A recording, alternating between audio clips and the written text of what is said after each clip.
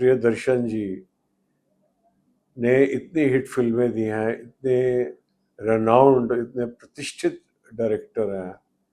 कि आदित्य धर उनके सामने एक बच्चे हैं। और यही बात रणवीर सिंह के बारे में कही जा सकती है अक्षय कुमार के मुकाबले में, कि अक्षय कुमार के मुकाबले वो एक बच्चे हैं। लेकिन यहाँ बच्चों ने डैडीज को बहुत पीछे छोड़ दिया है।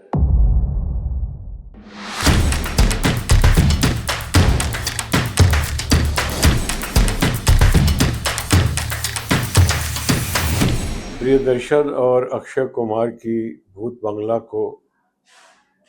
मल्टीप्लेक्सेस में चलते हुए कल 10 दिन पूरे हुए और कल धुरंधर 2 को भी मल्टीप्लेक्सेस में चलते हुए 31 दिन पूरे हुए। भूत बंगला की जो ग्रॉस कलेक्शन बताई जा रही है कल की मिला के संपूर्ण विश्व की, वो 180 करोड़ रुपए ग्रॉस बताई जा रही है और 135 करोड़ ग्रॉस इंडिया बताई जा रही है। और ये कहा जा रहा है कि ये एक बहुत बड़ी कामयाबी है। भगवान करे ऐसा ही हो, क्योंकि हमारे विचार से फिल्म की जो हिट और फ्लॉप होने की कहानी है वो उसकी कॉस्ट ऑफ प्रोडक्शन से जुड़ी हुई है। तो भगवान करे कि ये जो फिगर्स हैं भूत बंगला की, इन फिगर्स के साथ इतने नामी गिरामी फिल्म निर्देशक प्रियदर्शन जी और सुपरस्टार अक्षय कुमार जी ने कामयाबी के वो स्टैंडर्ड्स प्राप्त कर लिए जो नॉर्मली उनसे अपेक्षा की जाती है। अगर हम इन फिगर्स की तुलना धुरंधर 2 के 31 दिन की कमाई से करेंगे तो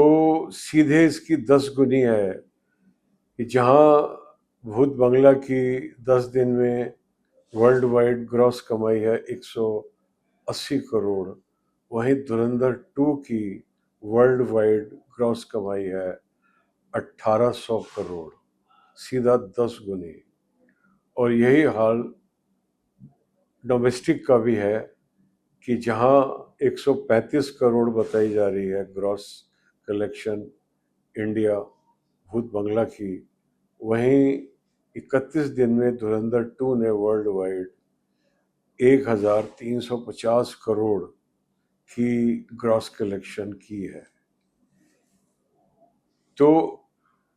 अगर हम कॉस्ट ऑफ प्रोडक्शन वाले फंडे को भूल जाएं और ये कॉम्पिटिटिव वाले पैरामीटर को अप्लाई करें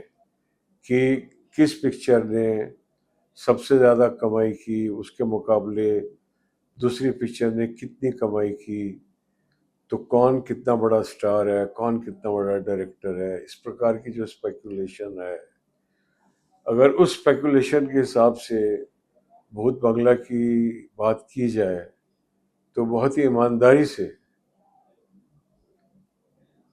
हालांकि सब जानते हैं कि प्रियदर्शन जी ने इतनी हिट फिल्में दी हैं, इतने रेनाउंड, इतने प्रतिष्ठित डायरेक्टर हैं कि आदित्य धर उनके सामने एक बच्चे हैं। और यही बात रणवीर सिंह के बारे में कही जा सकती है अक्षय कुमार के मुकाबले में, कि अक्षय कुमार के मुकाबले वो एक बच्चे हैं। लेकिन यहाँ बच्चों ने डैडीज को बहुत पीछे छोड़ दिया है, 10 गुने पे गए हुए हैं। और भूत बंगला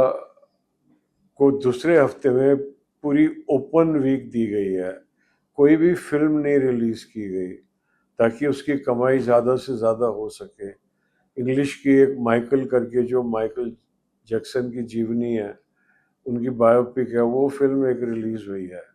बाकी कोई फिल्म रिलीज़ नहीं हुई है और उससे कोई कोई बहुत बड़ा कंपटीशन नहीं है। तो इस प्रकार भूत बंगला को सेकेंड वीक भी ओपन मिला है और इतने सब प्रोत्साहन के बावजूद भी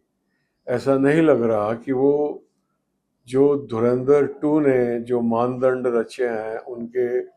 कहीं करीब पहुंच पाएगी। तो हम ये बातें कर क्यों रहे हैं? हम बातें इसलिए कर रहे हैं क्योंकि Cinema is about superseding the previous excellence, going from excellence to excellence. And when a team like Priyadarshan and Akshay Kumar are coming with a film named Bhoot Bangla, which by its poster and by its publicity, straight away is looking कि जो इनकी film थी,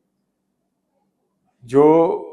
भूल Bhulaiyaa, original भूल भुलैया जो 2007 में आई थी प्रियदर्शन और अक्षय कुमार की, और जिसने कामयाबी के झंडे गाड़े थे, और जो एक बेहतरीन हॉरर कॉमेडी फिल्म थी, बहुत एंटरटेनिंग फिल्म थी, बहुत वेल मेड फिल्म थी। तो उसके बाद में भूल भुलैया 2, भूल भुलैया 3 अनीस बज़्मी ने और कार्तिक आर्यन को लीड में लेके, अक्षय कुमार की जगह कार्तिक आर्यन और प्रियदर्शन की जगह Anees Bazmee, which are not so favourite replacements compare to the persons they are replacing, लेकिन उसके बावजूद भी भूल भुलैया 2 और भूल भुलैया 3 ने 200 करोड़ से भी ज़्यादा की बिजनेस की, और बहुत ही मनोरंजक फिल्में और बहुत ही ऑडियंस को पसंद आई।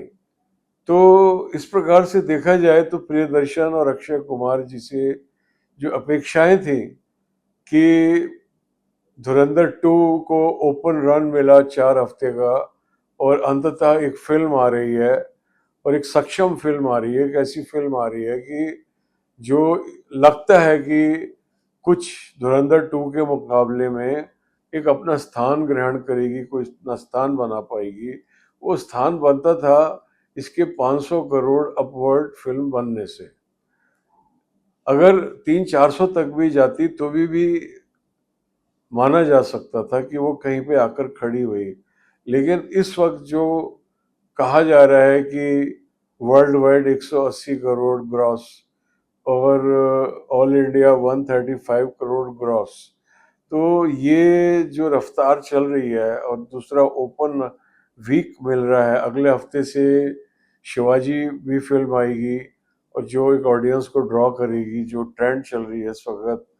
सिनेमा की, और भी फिल्में आनी चालू हो जाएंगी, तो जाहिर है कि तीसरे हफ्ते में जो कलेक्शन है वो उस रफ्तार पे नहीं रहेगा जो कि दूसरे हफ्ते में था, जो ओपन हफ्ता मिला हुआ था।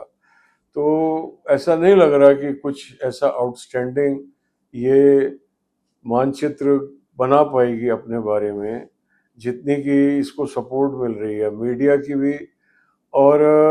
क्रिटिक्स की भी, और सब लोग इंडस्ट्री की भी। बड़े बड़े नाम इन्वॉल्व हैं प्रोडक्शन में, एकता कपूर का नाम इन्वॉल्व है, हीरो में अक्षय कुमार जो बहुत बड़ी ब्रांड है उनका नाम इन्वॉल्व है, प्रियदर्शन जी का नाम इन्वॉल्व है, तो जाहिर है भूषण कुमार जी का नाम इन्वॉल्व है। इतने बड़े बड़े नाम इन्वॉल्व हैं तो जाहिर है कि पूरी इंडस्ट्री जोर लगा रही है कि किसी तरीके से इसको प्रोजेक्ट किया जाए। जयंतीलाल गाढ़ा जी ने रिलीज किया, पैन फिल्म्स का नाम है। तो इतने बड़े बड़े नाम हैं, उन सब नामों की साख जुड़ी हुई है, तो उस साख को बनाए रखने के लिए ये जो फिगर्स को प्रोजेक्ट किया जा रहा है वो उस हिसाब से की जा रही है और समझ में भी आ रही है। लेकिन अगर ईमानदारी से ये सारे के सारे लोग अपनी अंतरात्मा में झांक कर देखेंगे तो वो पाएंगे कि जितने भी हैं निर्माता, वितरक, सुपरस्टार, निर्देशक,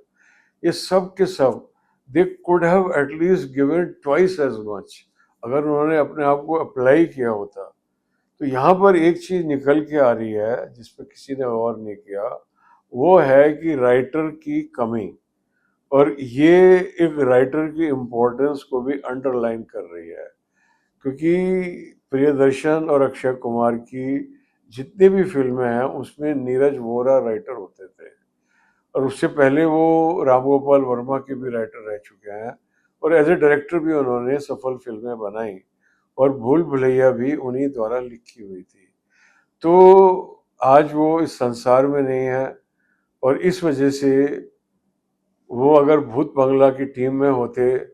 तो जो हमको शिकायत लग रही है भूत बंगला से वो हमको शिकायत नहीं मिल रही होती। लेकिन उनकी कमी खटक रही है, और उनको आदर सम्मान पूर्वक याद किया जाना चाहिए इस मौके पर। और एक लेखक की एक बॉलीवुड फिल्म में क्या इम्पोर्टेंस है, क्या अहमियत है, ये उनकी एब्सेंस है. He is conspicuous by his absence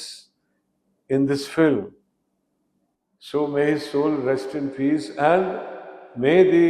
stock of writers keep rising in Bollywood. With this prayer, we end this episode here. Thank you very much. Keep watching Cinemaya.